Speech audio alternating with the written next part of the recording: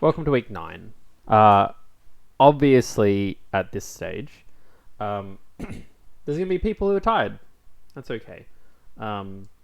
Fatigued, it's a week till it's all wrapped up. As I've kind of said in the notice, one of the benefits, I guess, about being at this stage of the course is that we don't have any more labs to make you do. We only have a couple more tutes, and they're pretty manageable tutes.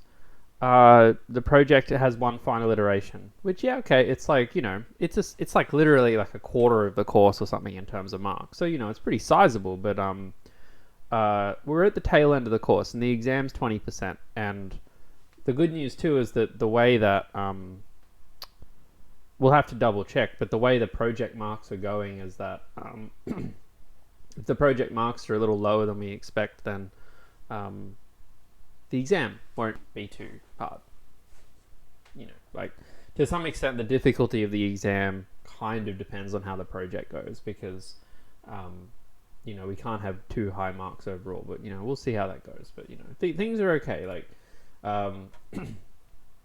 definitely seen some fatigued students around. But the most thing I think I'm quite inspired, I guess, to see is that there is such a wide array of people who, whilst they're struggling, they're not kind of giving up, I guess. Like, it's something I've seen a bunch as a teacher, is students just kind of being like, this is too difficult, everything else is the problem, and blah, blah, blah. But I'm genuinely just very inspired and impressed by a lot of people just getting on with it and being like, it's hard, all right, we might have made some mistakes, things aren't perfect, let's go, let's keep going, and let's figure it out.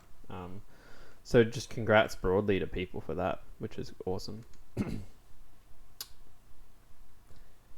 Today, I don't know what we'll talk about after. I don't know if we'll probably have shorter lectures again this week, either a long Monday and a short Tuesday, or a medium both. We'll see how we go. But seriously, the latter end of this course really falls off a cliff in terms of workload and difficulty. So don't be shocked to kind of not spend 4 hours in lectures this week. It'll probably be, I don't know, maybe 2.5 across both times.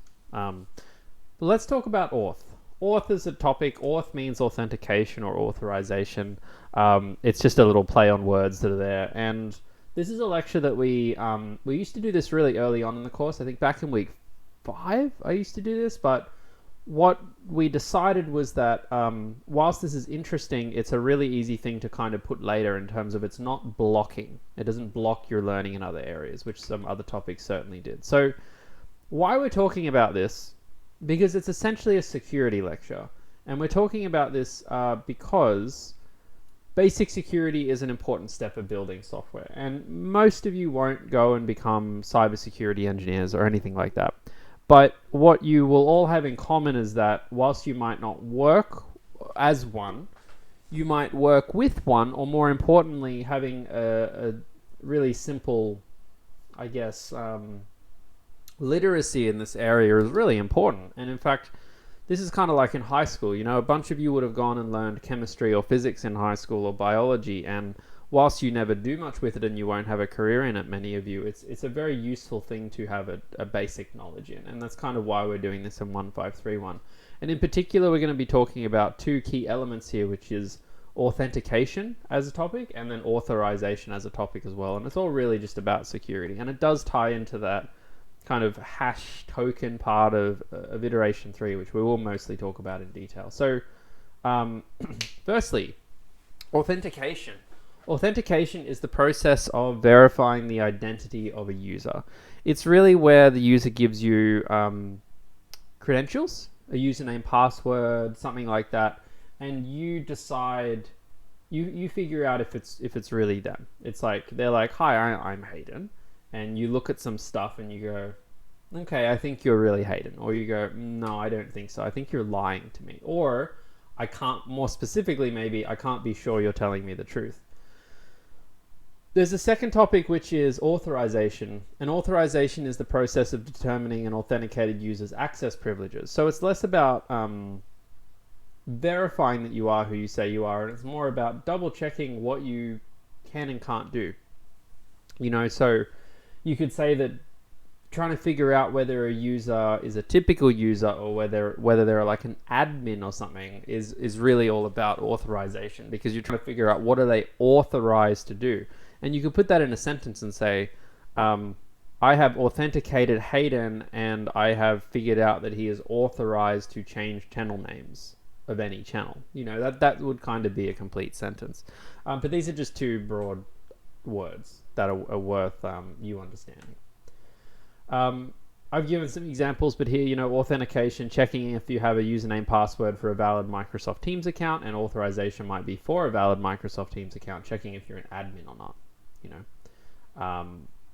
So yeah, one kind of proceeds the other in terms of you kind of need to often verify who someone is before you can figure out what they can or can't do. Okay, so a bit more detail in authentication. Now, this is really tying into your project, because this is essentially trying to show you what you've done in particularly iteration 1, where we asked you to authenticate users, right? So they register and then they log in later. And when they go to log in with a username and password, you authenticate that it's really that person by making sure that they entered the right username and password. Now, the approach you probably took was that a user registers and you store their username and password. You know, you store it in some kind of let me just open up some. Oops, no, let's not do that. Let me just open this up for a second. You store it in some kind of thing where you have a list of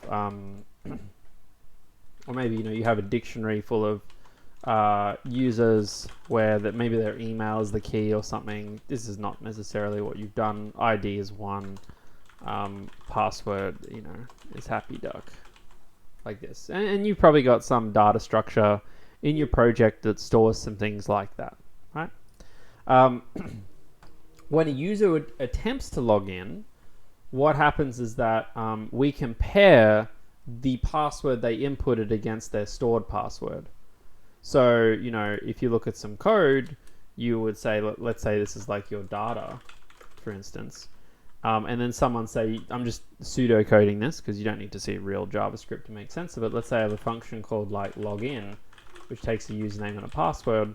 Well, it's pretty straightforward. You might say, if the username is in data, as in if username is a key in that dictionary, then I will go if data username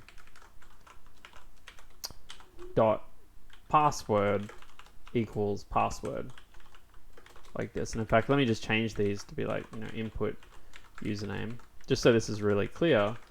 And then we've got like our input password, like this. If that's all the case, then what you typically did was you returned, input username dot ID, like that. Now that's what you did in iteration 1. Otherwise, you return something like null, And then coming into iteration 2, you did something actually very similar. It's just that instead of returning the user ID, you would return a session, and you would typically store that session somewhere else, right? Like, maybe you had users here, or maybe there's so many different ways you could have done, but maybe you had a list of sessions here, so that when someone logged in, maybe you created a session that was like const session ID equals some random number that's not a real function, and then you went, well, okay, well, data dot username dot sessions dot push is that session ID. And then you just return session ID. And that's maybe what you did for iteration 2, where we asked you to use sessions, or something similar to that, something of a similar concept to that. But the problems, you match the password, but the problems with these approaches, I don't know, I had all this code here for you already. I guess I forgot about that for a moment. But say here you have, you've got your data with your users and your email and your string and their password. This one is just for user ID, or like this login just returns true or false, but it's the exact same concept as what I showed before. Sometimes I try and put these code in the lecture slides just so people are skimming through it, they can understand. I don't really like the idea that people have to like watch a whole video to just take a piece of nugget of information. But what's wrong with this? Does someone want to tell me, someone who is smart or even not that smart or has read ahead on the slides. I'd love to know what's wrong with this method. Some of you might have figured this out because your friend told you. Some of you might have figured it out because it's intuitive or you've read a spec for iteration 3. Jack says hacker man, hacker lady, hacker people. Password stored in plain text is bad. Now, that's what Alex says. Password stored in plain text is bad, and mcom says not secure. What does all this mean? Like, you probably heard this before, this plain text thing. Plain text, storing something in plain text is really just a way of essentially saying that you're storing it without any kind of encryption or similar. And what that means is that, you know, if someone gains access to this data, they can see the raw password, right? You're storing the raw password. And whilst you're storing people's passwords, you know, actually, yeah, so I think firstly, just to be clear, so in this actual piece of code, if you haven't done persistence, you're not really storing the password. And in fact, like a lot of, you know, computer applications would always probably somewhere in memory have your password maybe somewhere, because like to store, to even have your password in a variable like this, even if we weren't storing it, it's stored somewhere in RAM whilst the program is running. So we're not really talking about the fact that, because I've seen students get confused on this, it's not really that your password like exists in the code.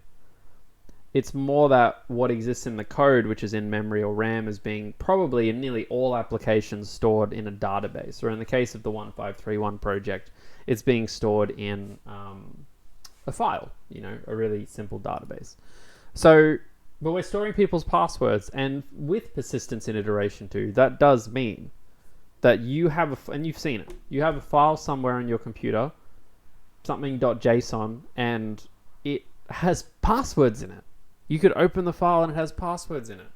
And what we need to do is we need to be able to hide that password, which makes sense, because otherwise you're exposed to, you know, essentially a very damaging exploit if someone was to, say, a hacker person was to come in and to steal your files, steal the files on the server.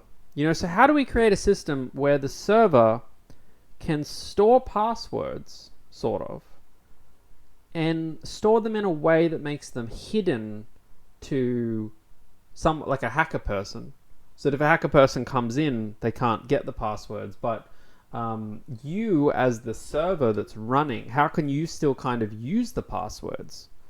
You know, and this kind of gets to a deeper question, because you as a hacker, you as a server, you shouldn't know the passwords, but you should still be able to store enough information to check if they're right.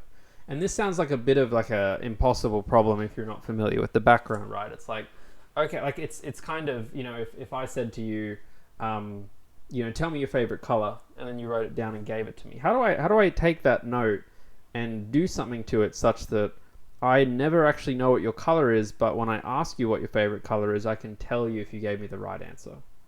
That's really the core of what we're trying to ask here. And what this ends up getting into is a topic about hiding information. And I think someone's already made a forum post about this, but the word encryption is thrown around a lot, and in particular, it's thrown around a lot by people who are trying to say I'm hiding information, you know? Oh, I didn't encrypt that. Did you encrypt your is your password encrypted? Is my data encrypted? And it's important to distinguish between this word encryption and this word hashing, which is actually a bit more of what we're talking about today. But for an everyday person, and probably for the average COMP1531 student, hashing is just a type of encryption, even though in reality it's not really encryption. But hashing is like a way of making your data safe and secure and secret and hidden away from someone. And both encryption and hashing are actually ways of taking plain text, which is just raw text, strings, and concealing it by turning it into a seemingly random number of strings. And we do this through something that, in the case of hashing, we call a cryptographic hash function. I don't think I go into much detail about what that is. Yeah, so it's like, it is essentially a function that takes in a piece of data, like a string, and it outputs gibberish in a sense. This is so well covered in courses like COMP1531 and whatnot. I don't want to go into it much now, but like a really good example of a bad way to encrypt stuff would be you can look these kinds of things up online, where what you do is you type in a word like my secret, or like I'll tell you my secret is that I like eggs. And when I encrypt it, or more specifically hash it, I get this kind of one of these kind of bigger things out, this seemingly random thing here, right? So this is kind of how we're hiding information from someone. Now, how exactly it converts that to that is well beyond the scope of the course. And in fact, it's well beyond most software engineers who use this stuff, because it's like, these are very advanced, thoughtful functions that exist. But the point is that there's a thing that can take a string and turn it into seemingly gibberish, right? Now, the difference between encryption and hashing is very straightforward. Encryption is where you undergo this process reversibly. So you actually can make it all hidden and stuff, and then change it back. Like bring it back to life, make it raw again from gibberish. And hashing is the opposite. Hashing is a different version of that, where you can make it go from raw to gibberish, but you can't make it go from gibberish back to raw. And this is really important. And at first it might seem useless. Be like, great, okay, that's kind of like I don't know, what's a weird example? What's an example of something that would make no sense if you didn't get anything back? I don't know. Someone probably thinks of something really. I want something really funny. Something really funny. Don't know. But reversibility sounds like a great thing, because typically if you hide information, you want to get it. I mean, like, who wants to hide information and not get it back? You might as well delete it. Like, what's the point of even storing it, right? And so reversibility seems to make a lot more sense, but the problem with reversibility is it does make the hiding process finitely less secure, because a method to unhide it actually exists. And it doesn't matter how well you secure that method, you're always exposing yourself to, the ability to essentially like unwind it. Whereas hashing is like, once it's gibberish, there is mathematically, broadly speaking here, no way to ungibberish it. So it's just different in that regard. Theo says cheese touch status. I have absolutely no idea what cheese touch status means. I'm sorry. Yeah. Bob had a good example as well. I'm just going to move on to the next slide. So encryption reversible, hashing irreversible. Let's explore hashing a bit though, and kind of go through an example. Oh, sorry. I was just taking a moment to... Oh, I just jumped 2 slides at a time. So hashing is the method of irreversibly hiding information. One way to generate a hash is to use the crypto library in Node.js. Not every single language. Most languages have some kind of simple library that either comes built in, or it is installed on top of it. I think Node.js is one of the few libraries I've seen. Oh, it's not few. Like, it's not as common, I've seen, to have built-in libraries that do this stuff. It doesn't really matter if it's built in or not. It's not some exciting thing. But let's have a look at an example. So let me open up 1531 code, and let me open up code 2 because we had problems with code, and then we'll just open up env2 here. Cute.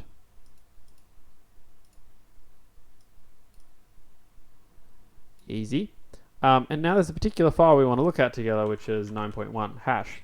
And you can see in this file, we have a lot of things going on. I'll get rid of my stupid head in a minute, but there we go. Get rid of it still. There you go. So quite a simple file. We're importing a crypto object from the crypto library. We have a function called getHashOf, which kind of makes sense. It's basically a hashing function. You give it a string, and it outputs gibberish. and it outputs gibberish through this fairly lengthy, somewhat confusing line here, which you're probably never going to have to remember because you can just Google it. But all it does is it passes it into this function that does stuff, and it, makes it gibberish. And you'll see here, I've got a message called Big Mac secret source, and then I've got a hash, which is just take that message and turn it into a hash, and then I'm going to output it here. So I'm going to console log it. So I can run that code now, npm run ts node source /9.1. What's your problem? Oh, I need to be in env2, sorry. Npm run ts node source /9.1 hash. And when I run that, you'll see that it will output gibberish. And this isn't some like super random gibberish. I can go and Google this one too. Like if I go back to that website you saw here, you'll notice that, look at this bottom one here, F8 ends in 19D. It actually might be different. No, it's different because of some other thing probably done here. It's different. Sorry, I thought that we can look it up. There's certain hashing functions that exist. Again, you can you can online you can do these things. Like here's one that generates a hash instead of having to use JavaScript. You could just type that in and it'll probably give you something different because hash result in uppercase. No, it's the same thing. It's just uppercase here. So it's like, okay, that's the result. That's the hash. That's the hidden information. And the point is that a hash, there is no way to undo that. There is just kind of, there is not, broadly speaking, there is just no way to take that and reverse engineer it back to where it came from.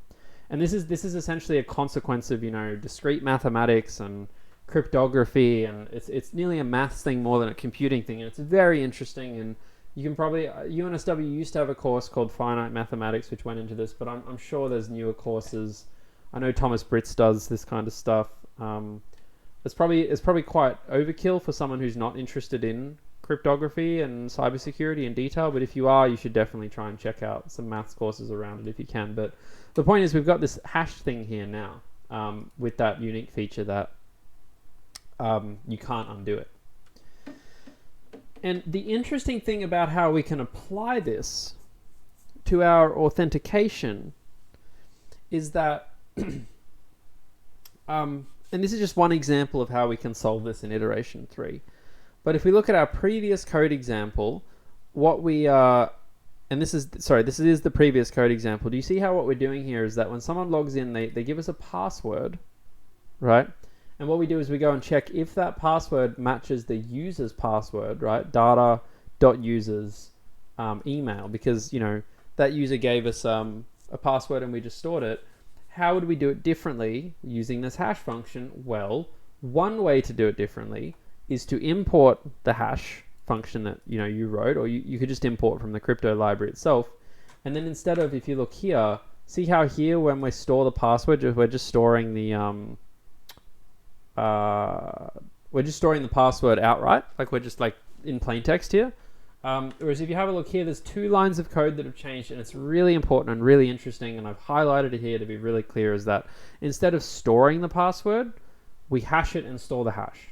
And instead of, in the login function, instead of actually going and comparing the inputted password against what we stored, we hash the inputted password and compare it to what we've stored. And this is essentially where the point of hashes all comes together, is that if you give me a password Big Mac secret source and I hash it and I store the hash, I cannot in any way figure out what your password is by reverse engineering that hash. But what I can do is, when you kind of attempt passwords at me, I can hash the passwords you're attempting and tell you whether it's it or not. So when you come to me and say, hey, I'd like to log in, here's my username and my password is Whopper secret source, I can hash Whopper secret source into gibberish, compare the gibberish that gave me against the gibberish I stored, and if they're not the same, I don't know what your password should be, but I know it's not that, so I can say you've gotten the wrong password. And this is just a very simple idea, because nearly all password systems use this kind of thing. When I say password systems, I don't mean like one pass or last pass or something, because those actual password managers do actually store your passwords. Otherwise, they wouldn't work. They store them encrypted, not hashed, because if they were hashed, they couldn't give them back to you. But like, most websites use, like, Facebook, Google, all this kind of stuff. Your password is stored hashed, and yeah, that's just it's just a fact, I guess. But this code here doesn't really necessarily wow, sorry. This code here doesn't necessarily run. It's more just for demonstrative purposes. But before we get on to the last bit, because it's kind of just the authorization bit, I just wanted to chat about what the spec says, because if we go to the iteration 3 spec, right, and project backend,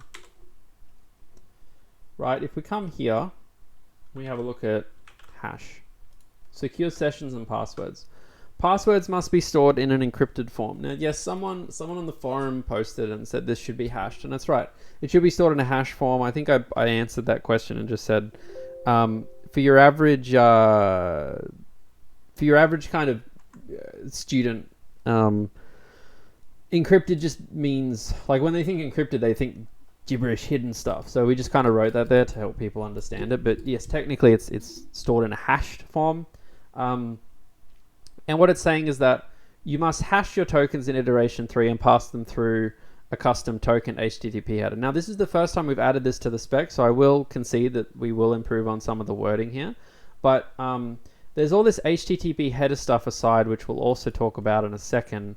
But essentially what I want to emphasize, because a lot of this is just explanatory, and this is a sample flow that can work.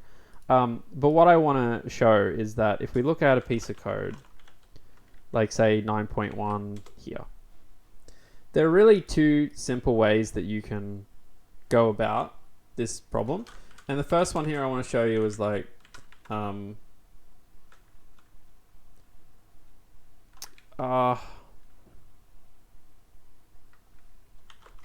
yeah, so I'm just going to expand this solution a little bit to include both like sessions as a concept. Sessions would just be an array of string,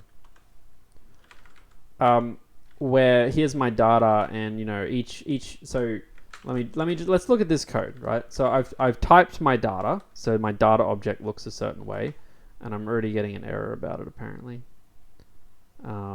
Users missing the following properties. Const. I'll come back to that later. Oh, actually, what have I done wrong here? Oh, whoops, the TypeScript. Is that it? Nope, missing a bracket, I think. Should probably do this more. Why indentation is good for you. So we got our register function, and then just to be clear here, what this means with our register function is that we should basically, when someone registers, we go to the users part of the data. Most of this should make sense to you because you've been working on things like this. And then we say for that particular key, which is an email, I'm going to create a new object which has a password of, and let me use the old approach to start, of the password that they entered. And the sessions, well, this will be an empty list, except we'll have to create a new session. And let's say that, const new session ID equals some, I don't know, random, call it like 1, 2, 3, 4, 5, but let's create a function called random. You all have something like this. You probably got like a UUID library or something. I'm sure some of you have done something like this. I can't remember the exact syntax, but there's functions you can find online that will generate a unique number, right? And then I store that new session ID, and then I return that new session ID, and suddenly I'm just trying to get this looking closer to what you might be familiar with, where it returns. Obviously you're throwing exceptions now, but like, let's look at something like this, right? Okay, cannot find sessions. I don't know why I'm getting equals. There we go. So when someone registers, you store the password and you store the session, and then when someone logs in again, you check the password against the password they've stored, and if that works, what you'll do is you will go and create, say, a new session ID for them too. So I'll return the new session ID, but before you return the new session ID, you will add to their sessions list a new session ID. Otherwise, you'll just return an error of some sort, right?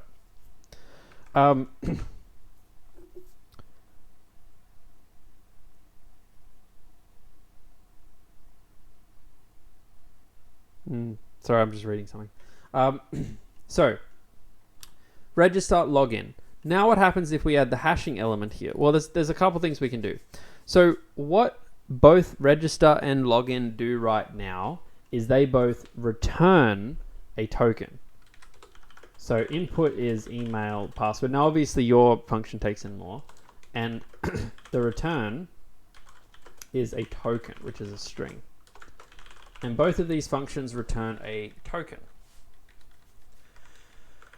Now, I don't know why I put that at the bottom. There's a couple of different things you can do here to work with the encryption thing, because previously you just returned the new session ID. Now that we've learned about what encryption is, you could just get away with calling the getHash function, getHashOf function. You could just call it on the password, store the hash password, and then you could come down here and you could do the exact same thing here. That would get you into the like hashed part where your passwords are now safe because you're only ever storing, you know, the hashed version of things. So if someone was to get access to all your data, they probably couldn't do anything with it. That's an oversimplification. In reality, you'd probably take a few extra steps, but you get the point. The next step is to, if we look at the spec, is around tokens. Right now, just to be clear, I think I might have confused a few people here. So a lot of the spec here is not really talking about encrypting passwords. It's actually talking about making your sessions more secure. And what I mean by that is like what we've just been talking about is we have solved a problem which is stopping our passwords being stored in plain text. And this works well for our login and register functions. But the problem is that we also have these other functions out there called like channels create, which take in, say, a token, and they also take in, say, you know, a channel name or something like this.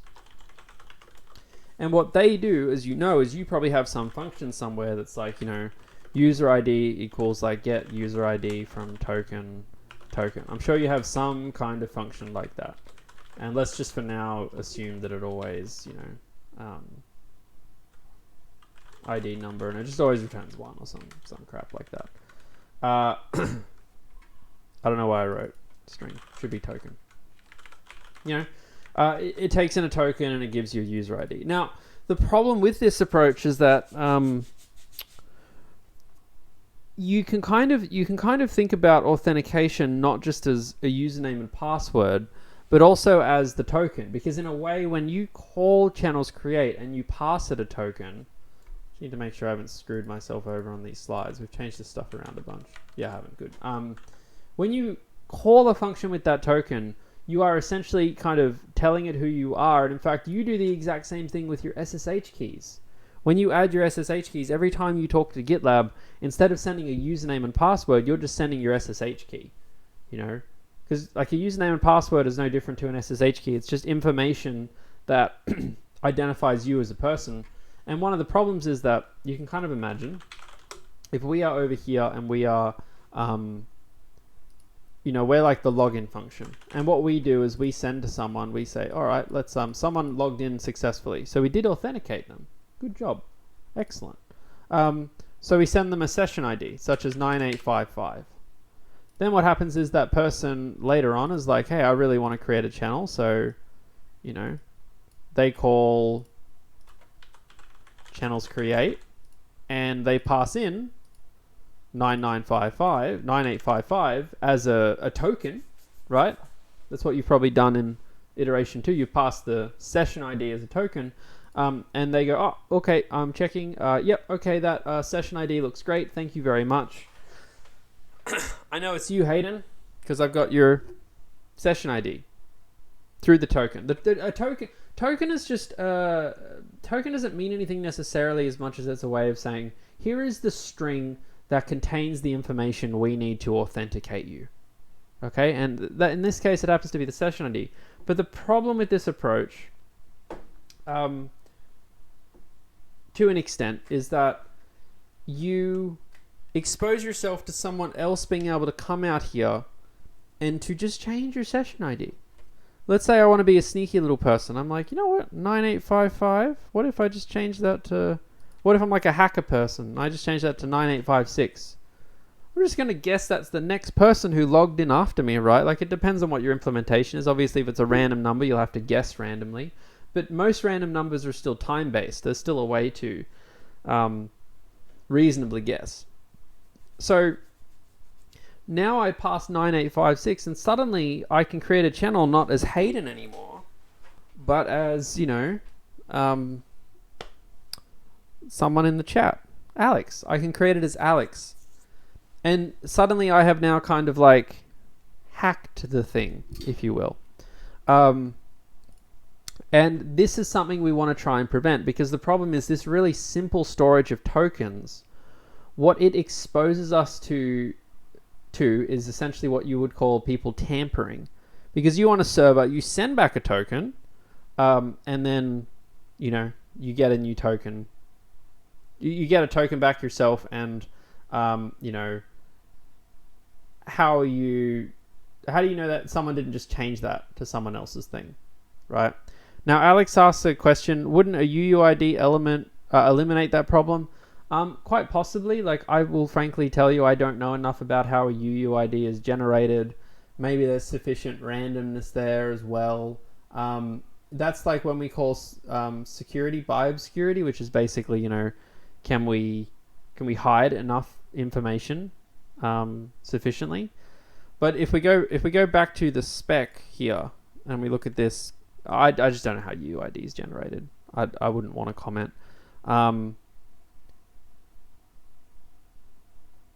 So what we actually do here, and this is the interesting part, there's a bunch of different ways you can do this. But let me show you a simple one. So one simple way to avoid this problem is that instead of returning a new session ID, what you actually do is you return, say, for instance, sorry, I just want to answer this question. Jack says, so it's like someone hijacks someone else's token and sends a request with that token. Yeah, or they guess it, or something similar. I mean, I don't want to say like someone hijacks someone else's token, because like if you actually know someone else's, like if you actually have someone else's token, you can't do anything to prevent that. Like if I go onto your computer and I steal, like, and I grab your token that you use to connect to Facebook, and I take it home and I add it to my computer, I can just load up Facebook and I'll be on your account, because that's all Facebook is generally using. It's like, it's just looking for a token. It's looking for a string. It's quite advanced, of course, but what we're more trying to do is prevent people guessing it, in a sense. Or if someone is kind of randomly choosing numbers or something like that. There's a very deep rabbit hole here of how far you can go. And, you know, more complicated systems like Google and stuff, they don't just like look at a session. They look at your IP address. They look at your login behaviors. Like if they suddenly see your token appear, like if you're at your house and your token suddenly appears in Bulgaria, logging in, they're just going to shut it down. I mean, that's actually what happened. Like if you ever use Google or Gmail and stuff, if you're ever just like randomly stopped seemingly and suddenly they're like, wait, enter your password again. A lot of the time, like a lot of those times they're fairly standard, but sometimes they're systems that are kind of whole teams designed to basically be like, yeah, look, if someone is suddenly accessing something with a valid token, but it just seems a bit suspicious, let's actually prompt them and get a new token. Because you can only get a new token if you know the password. So they're like, invalidate all your old tokens. And expect new ones, you know, so you have to enter your password again, basically. But getting to the point, how do we, and you know, we're not trying to show you the exact thing you do out in the big bad world, but we're more trying to demonstrate an idea to you. So instead of returning a new session ID, let's try something else. Let's actually return, keep it simple. Let's return a hash of a new session ID. There. So now when someone logs in, instead of us like how would this actual like token function work? Let me implement it properly. Previously, if we were just returning the session ID, let's say the token is just a session ID, well, what might we do here? Well, we might have some kind of, depending on how your data structure is implemented, you might have some kind of brute force, for const key of or in data.users, and then, if data.users key, or I should say for email, because that's like the thing. There's me writing Python. If the email.sessions.includes the token, then return data.users email. ID. I guess we didn't store the user ID, but let's pretend. Let's return 1 just to make the code look okay. But like this should be like the user ID here. So that's what you might kind of have in like an iteration 2 style thing where you capture that token back. But again, the problem is the token in its current form is like potentially problematic. So what we sometimes do then is we say, let's actually hash the session. Let's get the hash of a new session ID so that when someone, sends us a token, what we do is we actually, this makes the code a little bit harder to write, but because we would have to then say, for each session of data.users email.sessions, we want to say, if get hash of the session equals the token. And we're actually doing a very similar thing here to what we did with passwords, where we are what we are sending to the user is a hash, and what they give us is a hash, but because we know what their actual session ID should be, we can hash their session ID. And like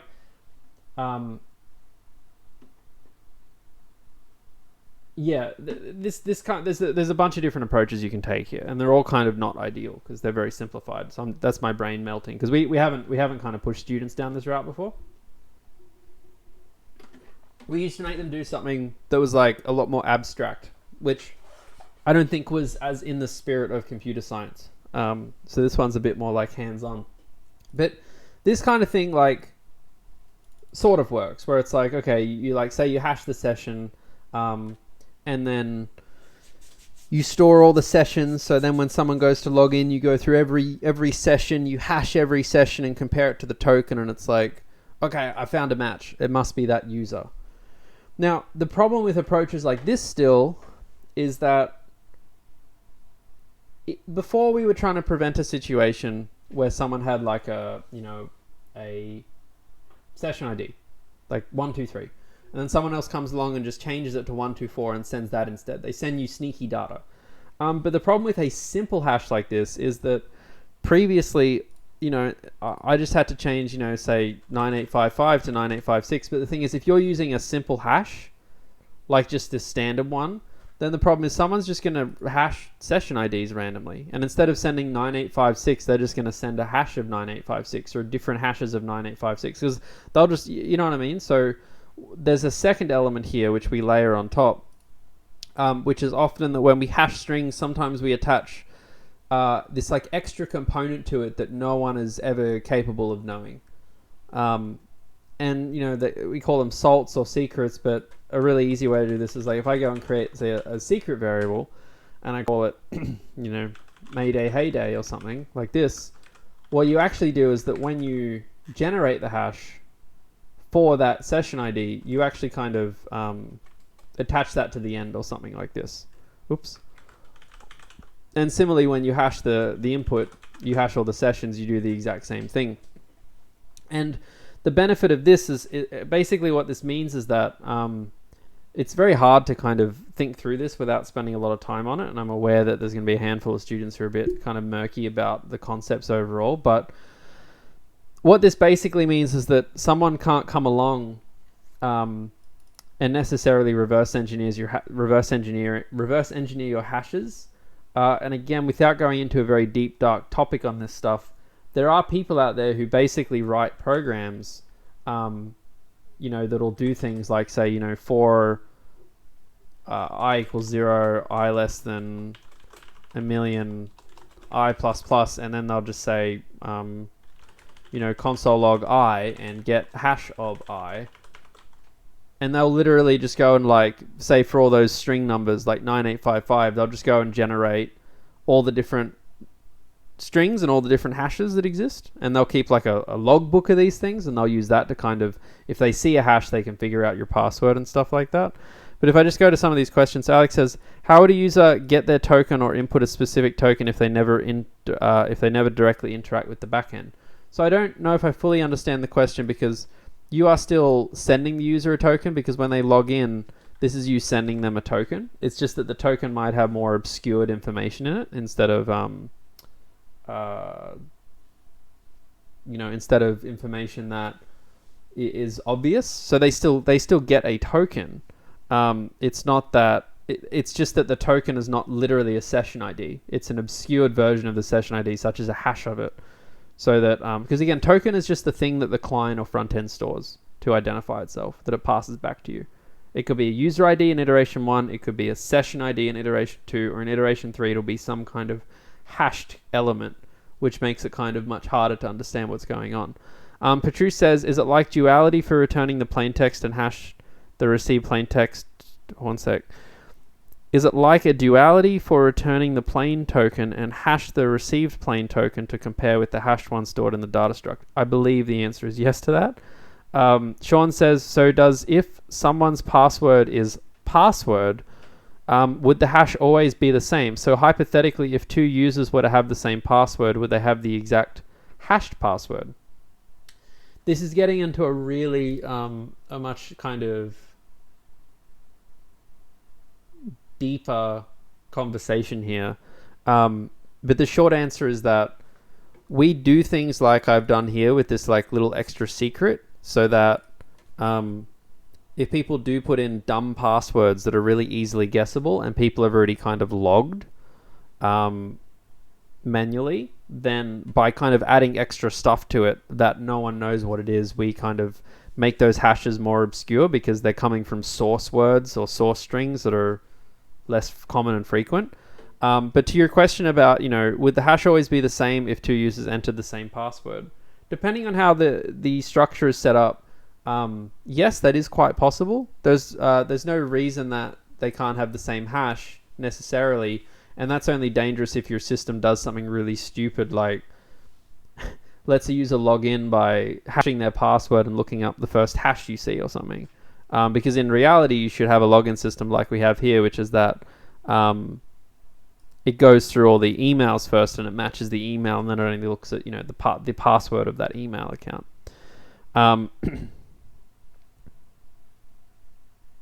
So there's always possibility, and there's other things we can do to prevent this. But yes, there's always some theoretical possibilities that passwords could have the same hash. But again, all of this stuff is so implementation dependent. It's kind of crazy how implementation dependent it is. But what I want to demonstrate here, because this will be all we do tonight, so we're going to run a bit past 7, but we're not going to go very late, is that is one way of doing it, where I'm returning essentially a hash of the session ID as the token. And you can see here that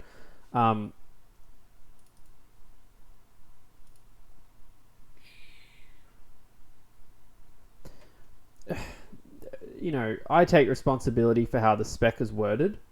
But I just want to be clear here.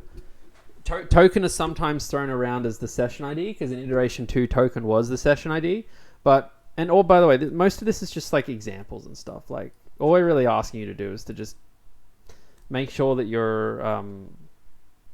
all we're fundamentally asking you to do, not store your passwords in plain text, and not send session IDs in a raw form that someone could reverse engineer. That's it. That's what we're asking for iteration 3. Your tutors manually mark this stuff. There is no auto marks for it. You can check with your tutor and talk to them. This isn't some big scary problem to solve. It's simply a great way to demonstrate something to you. But the point is that you can send a token, which is just a hash of like the session ID and some kind of secret, like I've shown you. And then the client gives you back a token, which you know is a hash of those things. So that's actually kind of what we have here. It's where our token is just a hash of the session ID and the secret, like this. However, something I just want to show you for, I guess, some more serious users, and I commented on this in Ed in my pinned post, is that one of the downsides of this approach is that it relies on the idea that when you are, say, getting the user ID from a token, because the token is just a hash session ID, you have to go through every user and every session, right?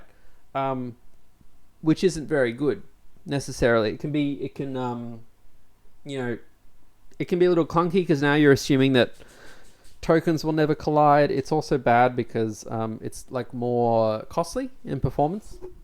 So another way to do it, and this gets a little bit confusing, is that right here we were previously, our token was actually a hash. So our token looked something like this. But another thing I can do is, instead of returning a session ID like we did before, and instead of returning a hash like we did just then, I'm actually going to return both. So for my login, I'm going to return the hash, and I'm going to return the session ID, like this. And I'll call it like hashed session, or like I'll call it hash or something like that. But the thing is, I can't return an object because everything in HTTP is a string, and the token is a string. So I actually have to convert that to JSON, like this. So now we're kind of, and this is fine. This is a fine token. A token doesn't have to be a number. It can be anything. It's just any string. So now I'm kind of sending back a little package, and that little package, just to make things really clear, might look something like this. Session ID is like, 5, 6, 7, 8, 5, or something like this. And the hash is, some gibberish thing like that. So that's what my token might look like. And the benefit of doing this one, and I should just do this up the top here for consistency, right?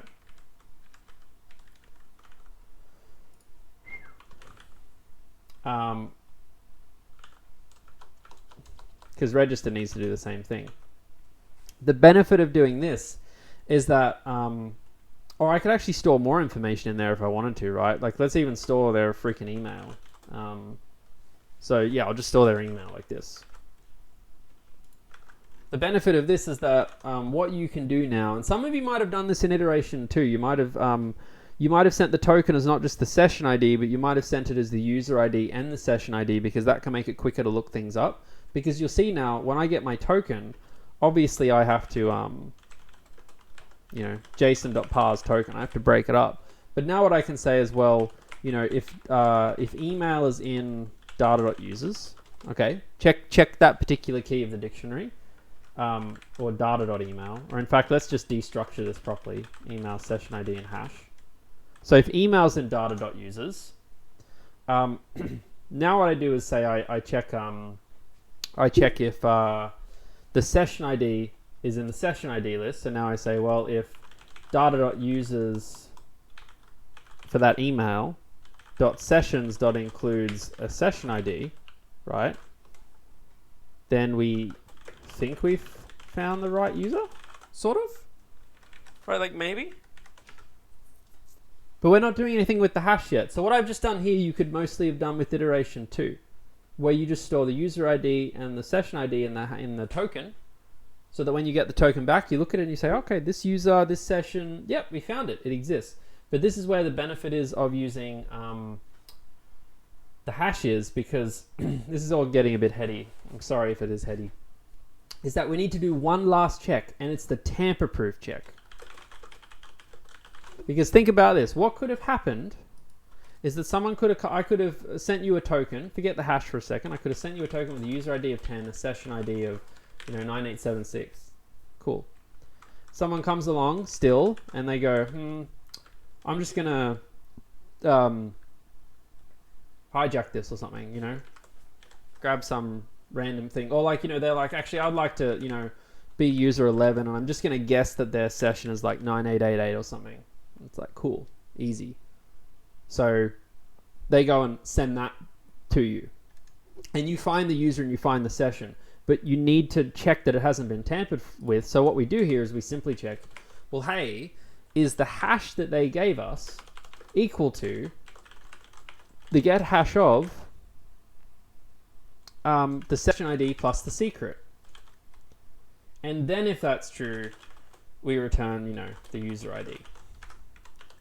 And this tamper-proof check line here is really important. And the way to, I guess, explain this is through, maybe let me show you, actually let's just code it up really quickly. We can use the previous example.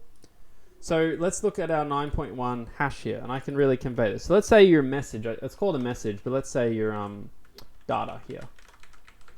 Instead of it being, a string, let's make it a JSONified object, and I will put in, email is hayden@unsw.edu.au. My session ID is 9876, and my hash is get hash of, oh, whoopsie. Sorry, have to rip this apart, my bad. Let's call this token. And my hash is the get hash of the session ID plus, let's grab the secret we had here. The secret is very important. You'll understand the secret in a second.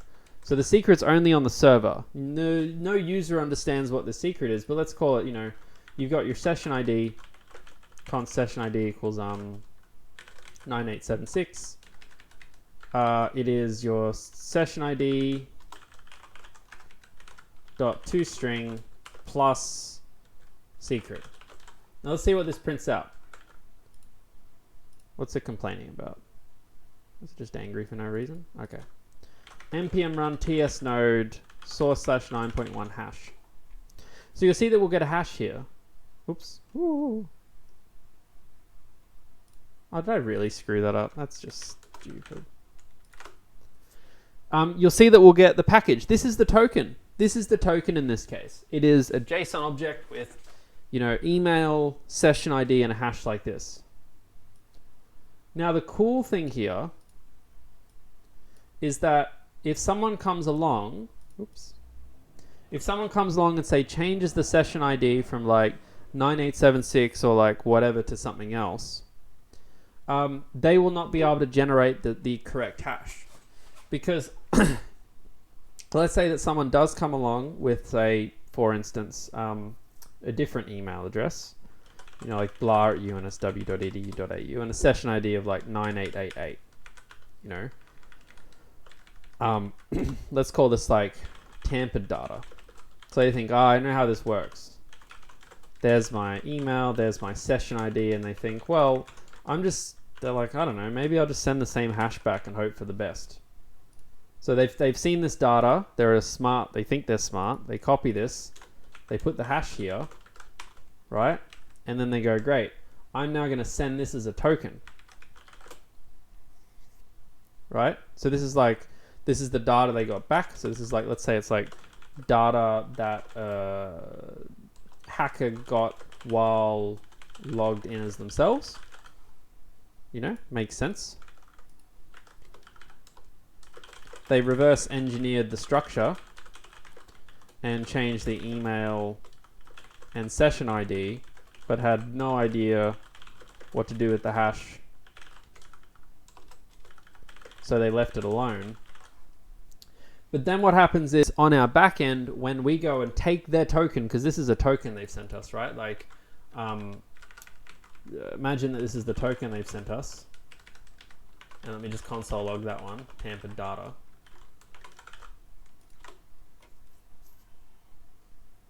So this is the token they've sent us. Now, what does our backend do? Well, it tries to decode it. It says, all right, get user ID from token. Yep, got it all. Email, session ID, hash, great. Is the email in data users? Yes, I found email blah@unsw. Is the session ID in user session ID? Yes, it is in there. Cool.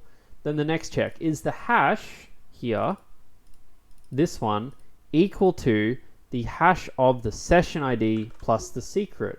I don't know. Let's try that out. What is the hash of the session ID plus the secret? Well, we know that the session ID that they passed us in was 9888, and we know that the secret here, okay, that doesn't work for numbers. I guess I have to, and let's see what happens now. They run that, so they give us this token, but because what we did was we hashed their session ID with our little secret, and it produced a different hash.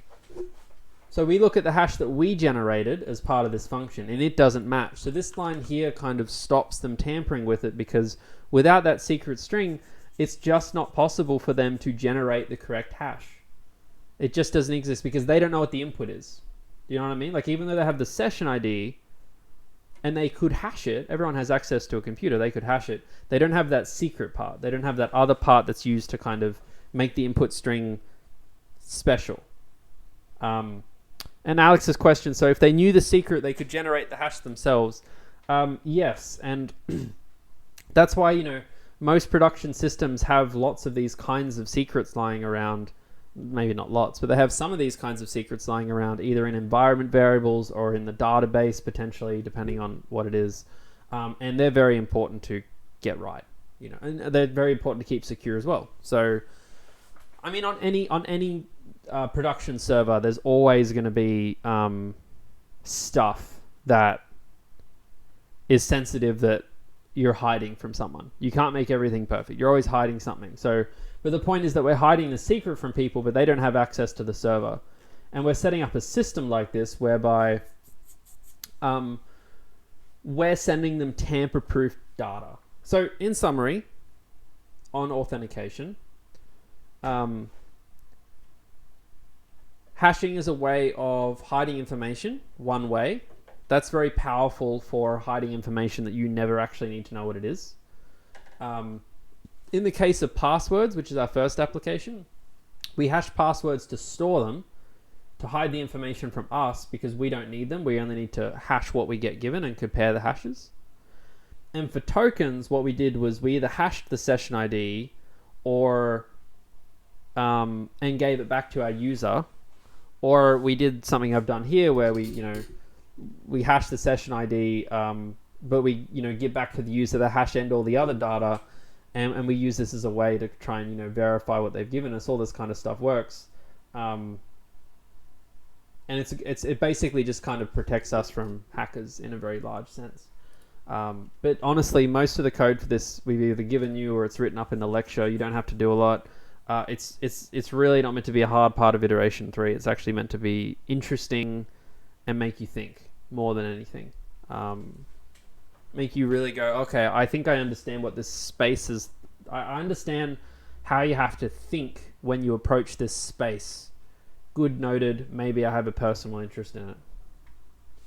Are there any questions about that before I move on to authorization, which will be really quick, and then I'll move on to the header part of iteration 3 before we wrap up?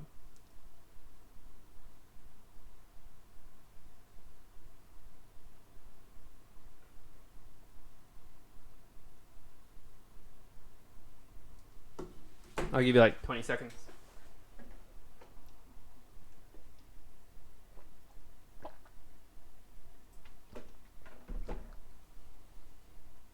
Yeah, secret is stored on the server. Generally, it's not stored in your code. For like 1531 it is, because it's easier. Typically, it's stored like on the server itself, so that if someone gets access to your like Git, they can't access it. Like for Perla, for instance, my company, we have a file with a bunch of sensitive data. Just trying to pull it up, and just trying to find it. Yeah, so like, yeah, like we have a bunch of code like this. These are essentially all of our like sensitive variables, and it's basically like if you're developing locally, there's all these like dummy versions of it, but if it's in the production server, the code, like the source code, doesn't store the secrets or anything. It's more like they're actually sitting on like Amazon web servers or Always Data or something like that. So it's like it's basically kept away from developers even.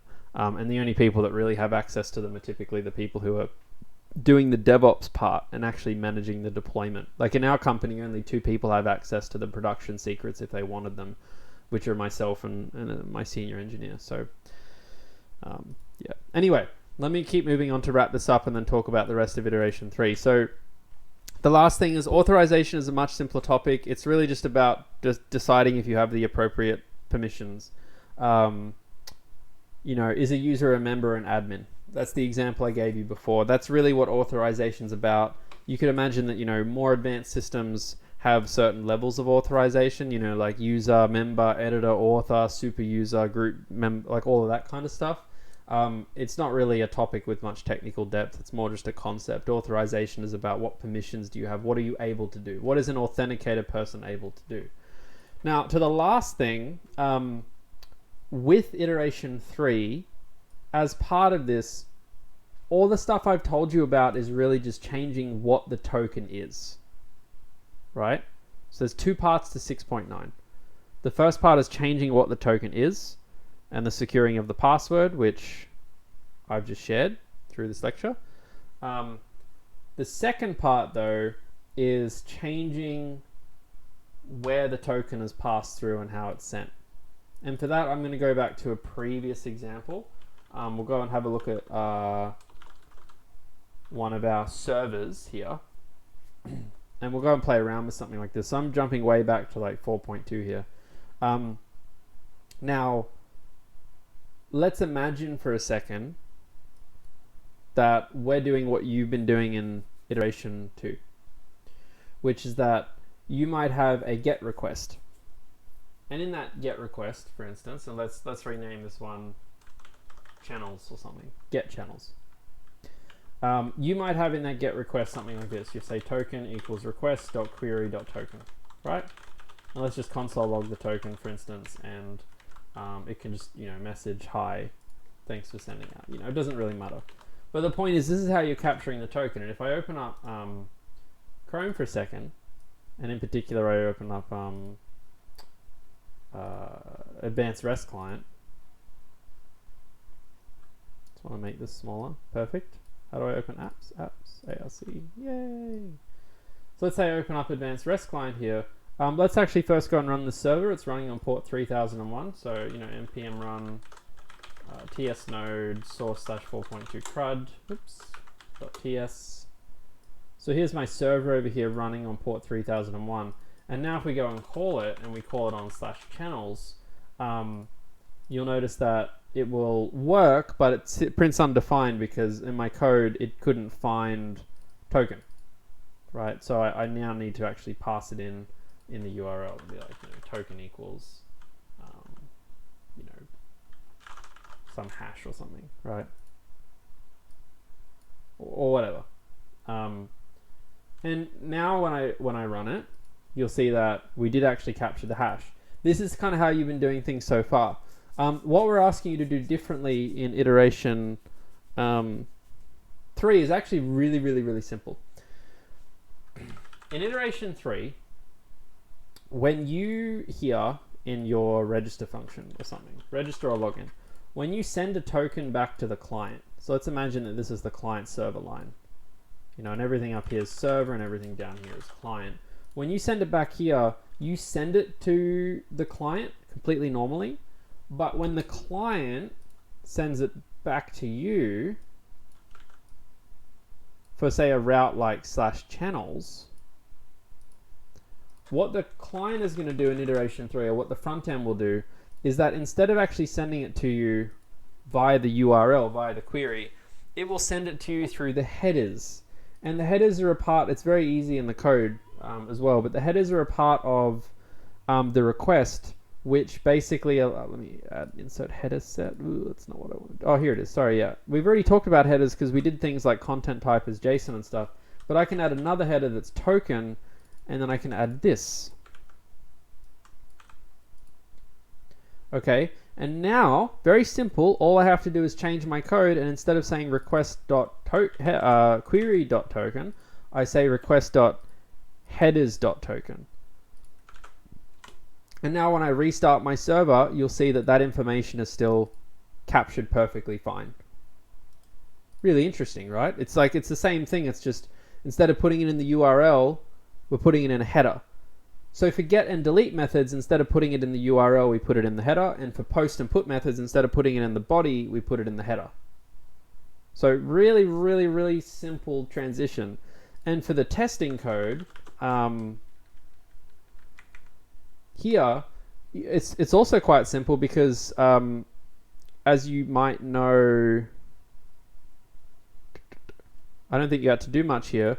But like with, you just add headers here. I can't remember the exact syntax, but now you just end up sending your token here instead of sending it in the body and stuff. It's always in the headers for now. Now, I just want to give you the quick bit of background as to why we emphasize this. It's the first time we've done this before. We've tried to enhance the course this way. The reason is actually really simple. In the past, all of the data that you interacted with on the internet was sent through a protocol called HTTP, Hypertext Transfer Protocol, right? Fairly straightforward idea. All of this was completely unencrypted. And what that meant was like 10 years ago, if you're on a website that said http:// and you were like sending messages to people, like let's say you had some kind of crush or something in school and you were messaging them on Facebook Messenger being like, I think, I don't know what you kids use. You're messaging them being like, I think you're really cute. I like how your hair looks or something like this.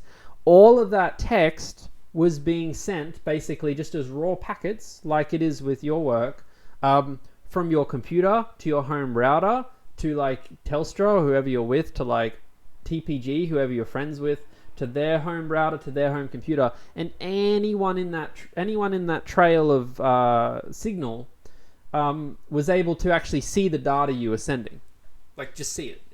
Complete. The government could see it. Everyone could see it. HTTPS was a protocol. It's an old protocol, but it really kind of hit just saturation maybe like a decade ago or something. And it's the Hypertext Transfer Protocol Secure. It's often associated with SSL as a topic. Secure Socket Layer. Secure Socket Layer? Is that what it is? SSL. Secure Sockets Layer. Thank you. And what this basically did was it essentially, in a nutshell, it encrypted being the key word, it hid your information away from the person, between you and the person who got it, and it hid the headers and the body, right? So all the data in the headers and all the data in the body are encrypted now. But the data in the query is not. And this actually makes perfect sense because the query is like your instruction. It's like your address. Like you can't hide the URL. Like you can't send a URL to like Telstra and be like, hey, I'm looking for this website. I'm not going to tell you what it is. And Telstra's not going to be like, yeah, let me find it for you. You need to tell it what it is. So all the data you send in a URL is, I don't want to say public, but it's completely visible to anyone looking for it. If you could do this at home if you really wanted to. You could install some, I'm not saying it's ethical or reasonable, but like you could install some software on your computer and just have a look at all the data being sent on your home network. So if you've got, don't do it. In fact, let me be even clearer, don't do it. If you've got like parents, or if you're going to do it, tell the people in your house so that they're part of it. Siblings or parents and stuff, you can kind of install the software that will look at all the data being sent on the home network. And you'll be able to see things like the URLs they're going to, because that's all kind of not hidden, but all the content they're sending, is hidden. But the URLs aren't, and the query's in the URL. So theoretically, if you're sending your token through the query over the internet, anyone who accesses that could grab your token and become you. So if you had a server that you wrote that was taking in a token via a GET query, and you had a really smart sibling, they could literally just take over your account on your platform because it's completely visible on the entire way of transit to the end destination. And this is kind of I think, and I'm starting to get a bit rambly here, but we're at the end of term where things are meant to be a bit more fun. But this is the whole topic around the government's monitoring laws you might have heard about, where they're like, internet surveillance laws. And the common misconception here, right, is that they're like tracking like what you do and what you say, but it's like they're not, because there's like computer science protecting you, right? Hashes and encryption and stuff. But what they are doing is recording all the metadata and stuff you deal with. So That means that in a general sense, like if the government's monitoring you, they don't know what you're sending on Discord, they don't know what you're sending on Messenger, but if you go through your history, they have all of that recorded. And you might be thinking, oh, sure, they don't know what I'm like doing, but you look at a Google URL, like let me, just Google like hello, or like, google.com, I am scared of koalas. The government now thinks I'm scared of koalas because it's all up here in the URL, right? It's all these get variables and stuff. So that's the kind of stuff. And also everyone in this house on the way could theoretically get that information if they were like, if there was a bad person at, I can't remember what internet this place is with, but it's like, if there was a bad person at the place who wanted to, like, the URL's there, but they couldn't actually see that any other information that's not in the URL. All right. Anyway, that's the reason that this is just to bring awareness to it. So we ask you to do this trivial change to essentially make you aware and say, hey, you've been sending tokens through the query for get and delete, because remember, get and delete don't have bodies. It's just not how the standard's designed. Obviously, for put and post, this was never a problem because the body's encrypted. But what if you're not using put and post? Well, you need a way to encrypt it. So, yeah, and I'm not making a political statement either on some of the surveillance stuff. I have my opinions, but I can appreciate that. It's tricky. I always like to think about, I'm not a fan of a lot of surveillance stuff, but I could also imagine, if I was working in the police force dealing with these horrific crimes of terrible people, and I could put them in prison, but the reason I can't is because the evidence is on some account somewhere that I don't have access to or something. That would feel crappy. You know what I mean? Like, that would feel like we should change. It's that kind of classic philosophical idea about,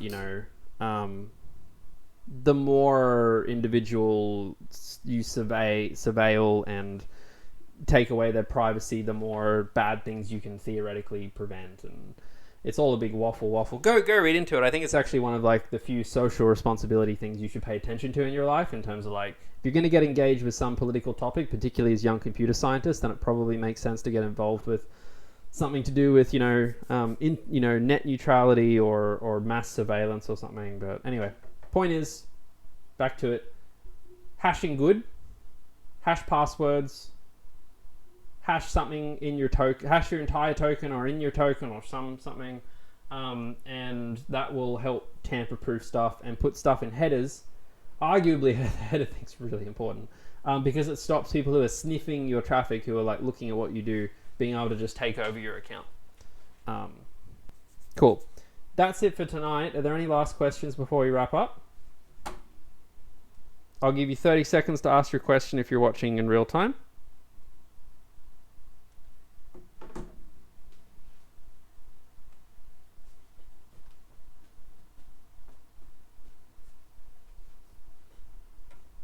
Otherwise, we'll wrap up in a sec.